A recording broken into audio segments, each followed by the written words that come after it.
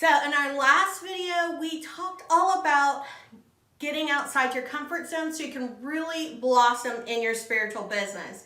In this video, we're going to be talking all about creating the foundation so that you feel super comfortable making that leap. That's right. You're going to learn all about how to build the foundation in your spiritual business so that it can grow. Let's get started.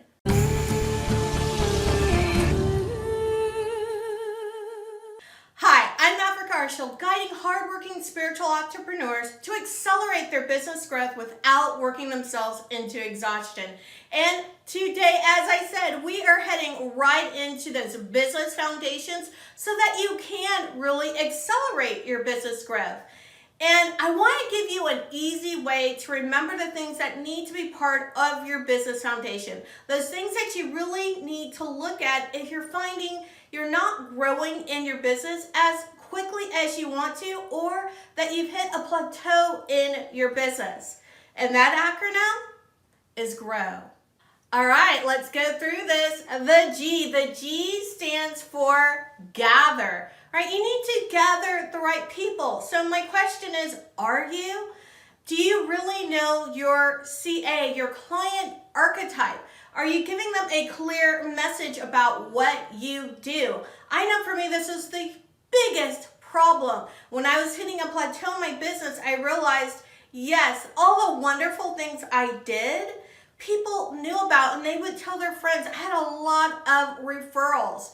But my biggest hurdle was when I went out into the general marketplace, I wasn't being very clear. I didn't have a specific message. It was all kind of muddled. So make sure that you have a specific message designed for your client archetype, your CA, and that it works for them. Obviously, you're trying to get them over, and it works for you. So that means whatever your messaging is true for you, which I would hope it was, and how you're messaging it feels authentic for you. And if you have problems with feeling authentic in your messaging, maybe because of the platform you're using or the medium or just in general how you're going about it, please hit me up in the comments. Let me know. And together we can work to find out that perfect way for you to deliver your message so that your client archetype will clearly hear it. The R stands for reality. Right? This is your mindset. This is your perspective as you're going out. And this is a core part of your spiritual business foundation.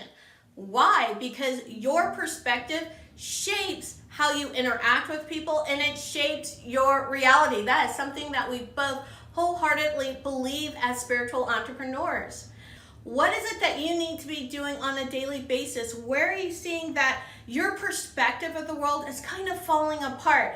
Is it wealth consciousness? Is it attraction? Is it that you don't believe that you are enough? You know, all of those things, the way that we view our reality totally shapes what happens in our spiritual business. So make sure that you're feeding your mind on the daily basis the right things so that you are able to grow. And speaking of growing, maybe you need a few other tips. I would love to invite you to the Banish Business Overwhelm Masterclass. This is a free masterclass. It's on demand and you can watch it right away. And this will give you those few extra things you can start thinking of, especially in relation to your mindset, so that your business can continue to grow. Now, let's look at O. O stands for operations. This is the back end of your business, right? Sometimes as spiritual entrepreneurs, we're so caught up in our methodologies and the quote work of doing it that we don't think about our business back end and making sure those things are set up properly. And this becomes a very huge part of that business foundation and where I see a lot of holes when I'm working with my clients. So this could be anywhere from payment processing to a website to just thinking about that client pathway that you take people on. What happens? How do you get them in the door? What do you do once they're in the door to just lead them on a pleasant path as they're going through your world? And if you haven't really mapped out those things, if you haven't given a lot of thought, that's where system breakdown happens. And of course, you are involved in your methodology. You are involved in doing the work, which means that as quickly as you can, you want to be able to delegate out things to other people. Again, this is where I see a lot of problems with my clients. When they want to delegate out, they don't have any operations manual. So the people who are trying to assist them don't know how, because it's not clear what they want. So it takes some time to document those steps so that as soon as you can delegate it out, someone has a clear idea of what's supposed to be done, how it's supposed to be done, and how they can deliver success for you. All right, before we get into the W, let me know that you've been enjoying the information in this video by giving it a thumbs up. And if you want to see more on the spiritual growth series, be sure to subscribe and ring the bell for notifications.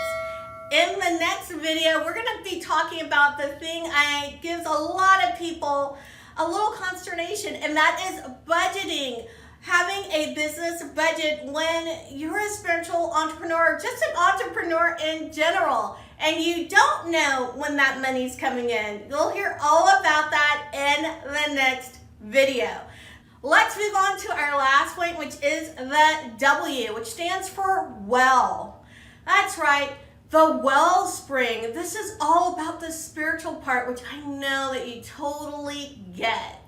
You know, you want to tap into that wellspring because, quite honestly, you want to give from the overflow so that you can be created, so you can be inspired. And that's what comes from being totally tapped into that wellspring that is love. And this really goes back to the reality, right? This goes back to that mindset. The two are totally connected. I hope that you're seeing that.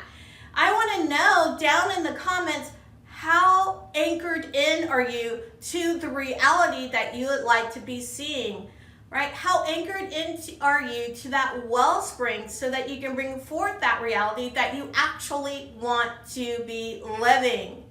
All right, I can't wait to hear your thoughts in the comments. Until next time, peace, joy, love to you.